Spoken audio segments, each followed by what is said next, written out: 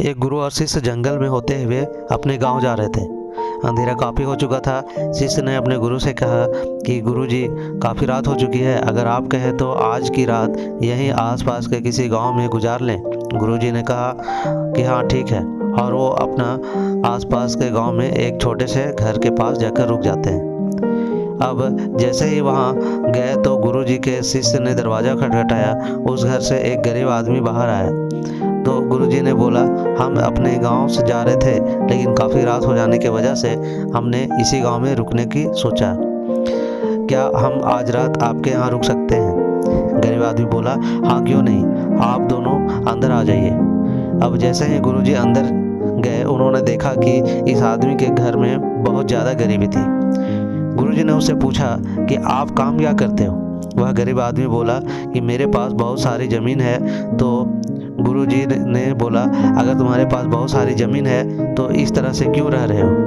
वह आदमी बोला, यह किसी काम की नहीं है। गांव वाले बोलते हैं कि ये बंजर ज़मीन है, यहाँ कुछ नहीं हो सकता है और ना ही कुछ उगाई जा सकती है, और वहाँ फसल उगाना बहुत ही मुश्किल है और बेवकूफ़ी भी। गुरुजी ने बोला कि तुम्हारा गुजारा कैसे होता है? उन्होंने बोला कि मेरे पास एक भैंस है जिसमें मेरा पूरा घर चलता है। ये सुनने के बाद गुरुजी सो जाते हैं, और रात में जब सब लोग सो जा रहे होते हैं तब गुरुजी ने अपने शिष्य को उठाते हैं और उस गरीब आदमी की भैंस लेकर अपने गांव चले जाते हैं। शिष्य अपने गुरु से पूछता है कि गुरुजी, कहीं आपने ये गलत तो नहीं कर रहे हैं? उस गरीब आदमी की रोजी रोटी इसी भैंस की वजह से चलती है। तो गुरुजी ने अपने शिष्य की तरफ देखते हुए मुस्कुराते हुए आगे बढ़ जाते हैं।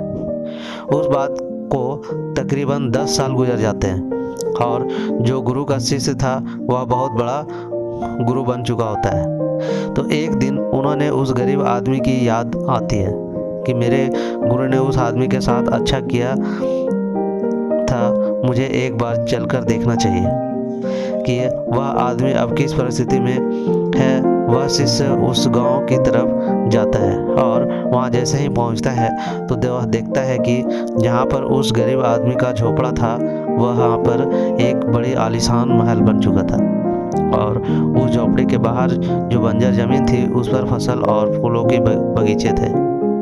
तभी उधर से उस घर का मालिक आता है और शिष्य उसे पहचान लेता है, और उस आदमी को बोलता है, तुमने मुझे पहचाना? मैं अपने गुरुजी के साथ आया था, हमने एक रात के लिए आपके यहाँ रुके भी थे। वह आदमी उसे पहचान लेता है और बोलता है कि उस रात में आप कहाँ चले गए थे, और उस रात के बाद ही मेरी भैंस कहीं चली गई थी। मेरे पास कोई रास्ता नहीं था, तो मैंने अपनी ज़मीन पर मेहनत की और फसल निकल गई, और आज मैं इस गांव का सबसे बड़ा और अमीर आदमी बन चुका हूँ। ये सुनने के बाद शिष्य के आंखों में आंसू आ जाते हैं। अपने गुरुजी के लिए आंसू आ गए और उसे ये बात समझ आ गई और वो रोने लगा। इसका मतलब ये होता है कि आप अपनी परिस्थिति को सुधार सकते हैं। तो ये थी आज की कहानी।